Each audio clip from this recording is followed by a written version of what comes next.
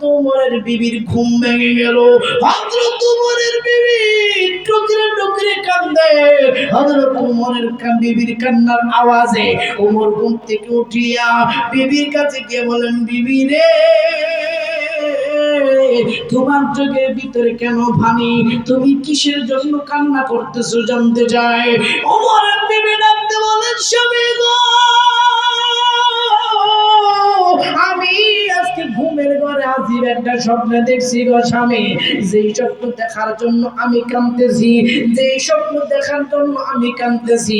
ওমর বলেন, বিবি কি স্বপ্ন দেখছো তাড়াতাড়ি বলো। এবার হযরত ওমরের বিবি ডাকতে বলেন, স্বামী গো, আমি ঘুমের ঘরে স্বপ্ন দেখলাম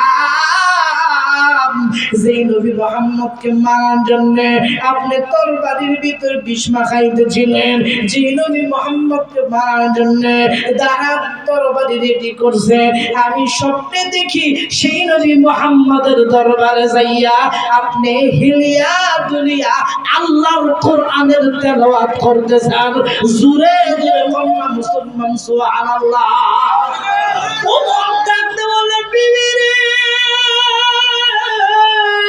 কে দেখতে বললো তোর এই স্বপ্ন? কে দেখতে বললো? বিবি, আমি আজও যাব না, আমি আগামীকালকে যাব মুহাম্মদের কল্লা কাটতে। 2 দিন কিন্তু চলে গেল। পরের দিন যখন রাত্রি হয়ে গেল, ঘুমায় গেলেন। পরের দিন এবার সকালবেলা তরবারিটা হাতে লইয়া হযরত ওমর যখন যাইতেছে, হঠাৎ করে একটা বালকের কান্নার তার আওয়াজটা তার কানে পৌঁছে গেল। বিবির ডাকতেছে, বিবি রে, আমার এই বাড়িতে কোন ব্যক্তি কান্না করে? আমার এই বাড়ির ভিতরে কারো সমস্যা হয়েছে কিনা, কেউ অসুস্থ আছে কিনা? এবার বিবি বলেন, স্বামী গো, আমার বাড়ির ভিতরে কোনো অসুস্থ লোক নাই, আমার বাড়ির রাখাল কান্দে। কেন কান্দে? ওমরের সামনে হাজির করা হলো। রাখাল ডাকতে বলেন, ওমর রে, এতদিন যাবত আমি আপনার বাড়িতে কাজ করি, কিন্তু আজকে 3 দিন হয়ে যায় আমি আপনার বাড়ির যে উটগুলো পালন করি, আমি যে আপনার যে দম্বাগুলো চড়াই, আমি যে আপনার যে বকরিগুলো আমি লালন পালন করি, উটগুলো লালন পালন করি। ও আজকে 3 দিন হয়ে গেল এই উটগুলো কোনো খানার ভিতরে মুখ লাগায় না। আমি যদি খানা ডাইনে ধরি, উট বামে মুখ ফিরায় নেয়, বামে ধরলে ডাইনে মুখ ফিরায় নেয়, এইভাবে উট এরকম খানা খায় না। ওমর ডাকতে বলেন, যাও যাও, খানাগুলো আমার সামনে হাজির করো। ওমর খানা ধরে উট খায় না, ওমর যেন খানা ধরে উট খায় না, ওমর যেন ওমরকে যেন উট বলতে চায়, এরে ওমর, আমরা উট হইয়া, আমরা এইরকম প্রাণী হইয়া আমরা পয়গম্বর নবীরে চিনতে ভুল করি নাই, তুই নবীরে চিনতে ভুল করলি। ও বন্ধু, ও মুসলমান ভাইরা, এবার হযরত ওমর যখন চলে যাইতেছে, মুসলমান ইমানদার বন্ধু নাইম দৌড়ে আসতেছে। কয়, বন্ধু কোথায় যাও? কয়, যাই মুহাম্মদের কল্লা কাটবো। কারণ কি? মুহাম্মদের কল্লা কেন কাটবা? মুহাম্মদকে কেন তুমি দুনিয়া থেকে কতল করতে চাও?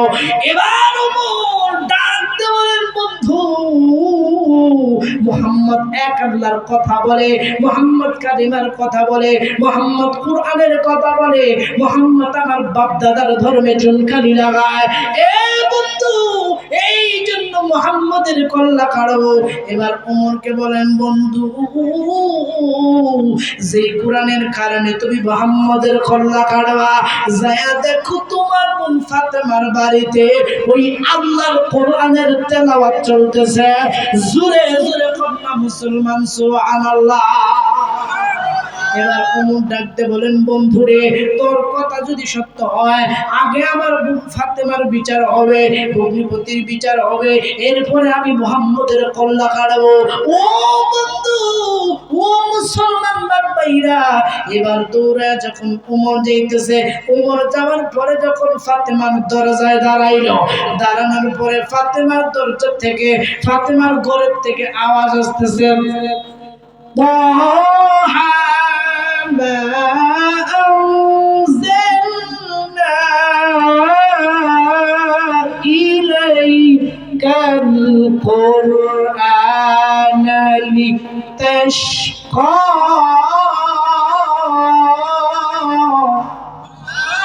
এইভাবে যখন আওয়াজ দিতেছে, হঠাৎ করে হযরত ওমর যখন বাড়ির সামনে দাঁড়ায় আছে, ওমর ডাক দেয়া কয়, বোন যদি আগে কথা না কয় আমি কইতাম না। এরকম কিছু লোক আছে না, বউ যদি কথা না কয়, বউ চিন্তা করে স্বামী যদি আমার সাথে হ্যালো হাই হ্যালো না কয়, আমি স্বামীর সাথে কথা কইতাম না। স্বামী বেচারা চিন্তা করে, বউ এত কষ্ট করে লালন পালন করে খাওয়াই, এত কষ্ট করে ফালি, আমি রিক্সা চালাই, গার্মেন্টস